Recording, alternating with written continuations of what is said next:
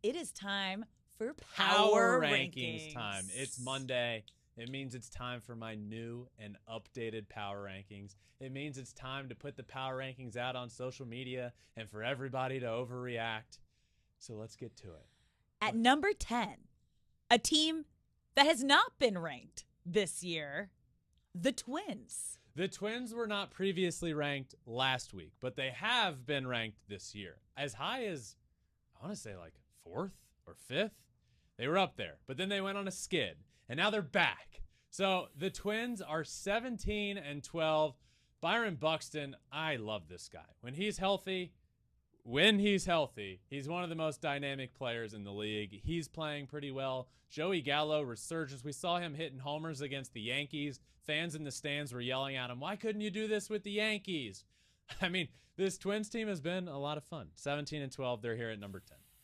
Number 9, down 3 spots, the New York Mets.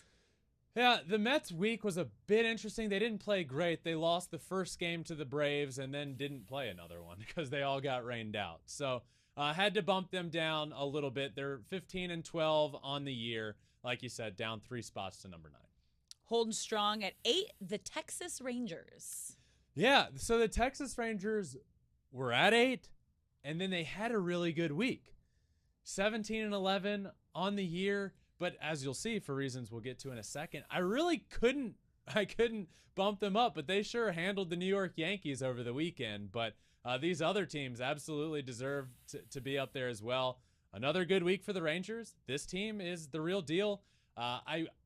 The Rangers can't do what they want to do this year without a healthy Jacob deGrom. I will add that. So can they make the playoffs without him? I don't know.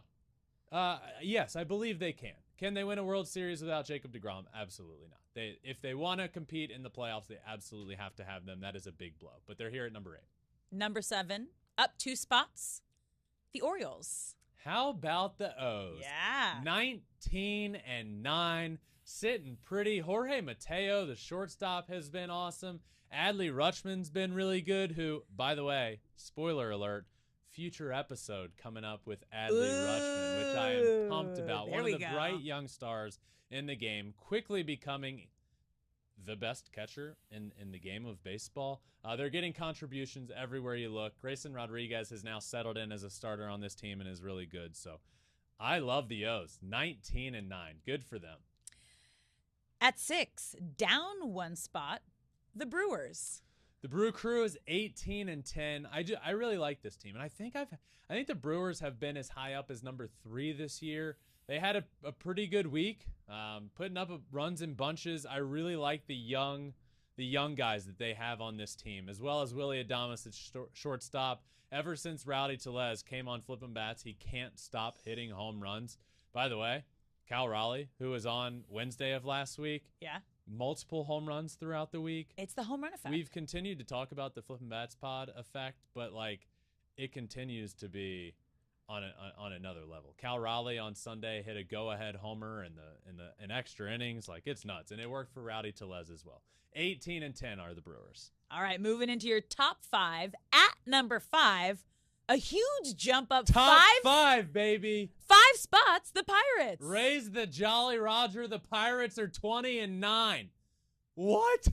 This team is quickly becoming one of my favorite teams to watch this year. I find myself firing up MLB TV and putting on the Pirates because they're so much fun to watch this year. Andrew McCutchen is having a resurgence. They got Drew Maggi doing his thing out there. We talked about him getting called up, and what a great story that is. Well, guess what? He got his first knock the other night and first RBI in the same at bat.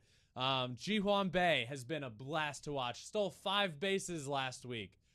This team doesn't have that superstar name you can point to. I think Brian Reynolds should be in that conversation, but they're getting contributions everywhere you look, and they've been a blast to watch.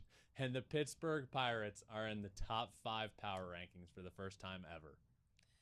Number 4, down 2 spots, the Astros. Yeah, I guess I need to really talk about the Astros because they are an interesting team to figure out what to do with. And they often do this at the beginning of seasons. They just like don't show up against teams that they should beat. And then the second it's like, oh, this team's going to beat you guys, you turn it on. And what did we see as of late? Well, we saw them beat the Blue Jays, and then we saw them have a good end of the week 2 weeks ago, which led me to bump the Astros all the way up to number 2 in my power rankings. So they had Blue Jays and Braves, swept the Braves on the road. Then a new week starts, and everybody's like, you moved the Astros up to 2? Well, then guess what? They play the number 1 team. They beat the number 1 team. And then they go on to lose the series to the Phillies at the end of the week. And it's just like, the Astros will be there when all is said and done in the playoffs and be a force to be reckoned with. But they are probably one of the hardest teams to figure out where to rank. They really are. Beat the Rays, best team in baseball, lose to the Phillies. So I had to slide them down just a bit because the other teams ahead of them have been playing really well and did all week long. But the Astros are at 4.